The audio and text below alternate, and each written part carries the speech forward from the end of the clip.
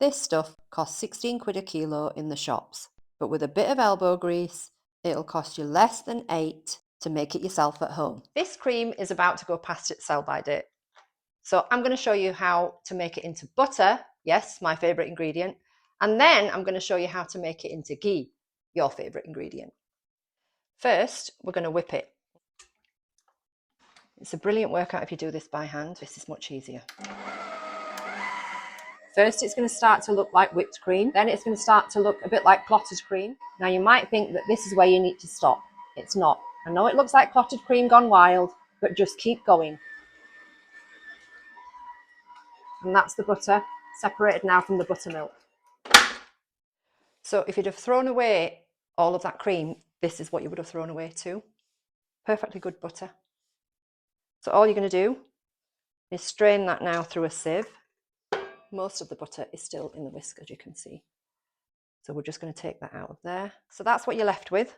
I'm just going to rinse that through with cold water, because you don't want to melt it. Normally I would keep the buttermilk that comes out of the double cream, but because this was about to turn, I've thrown away the buttermilk because I don't think it'll last. So if you're using fresh cream to do this, keep the buttermilk. You can use it for a multitude of other things.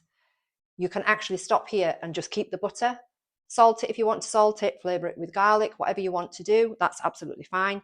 But we're actually going to turn this into ghee today. So I'm going to show you how we do that. All I'm going to do now is squeeze out the water, and then this just goes straight into the pan. Keep the pan on a low heat and let that butter warm nice and slow. So now that the butter's melted, you can see the milk solids. That's what burns when you cook with butter. But what we're going to do is let this cook through, and all of these will settle at the bottom, and we're going to strain it. So now that the scum's all come to the top, we're just going to pour it into a tall, narrow jar so that we can skim that top part off.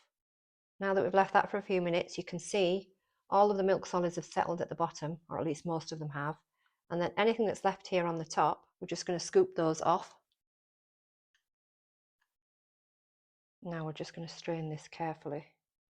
And then that's what you're left with. Liquid gold. Just transfer that into a clean jar. You can either store this in the fridge or on your worktop and use it at will.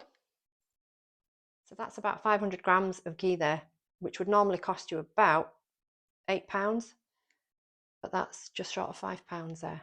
Bargain. Go on. What are you waiting for? Off you pop.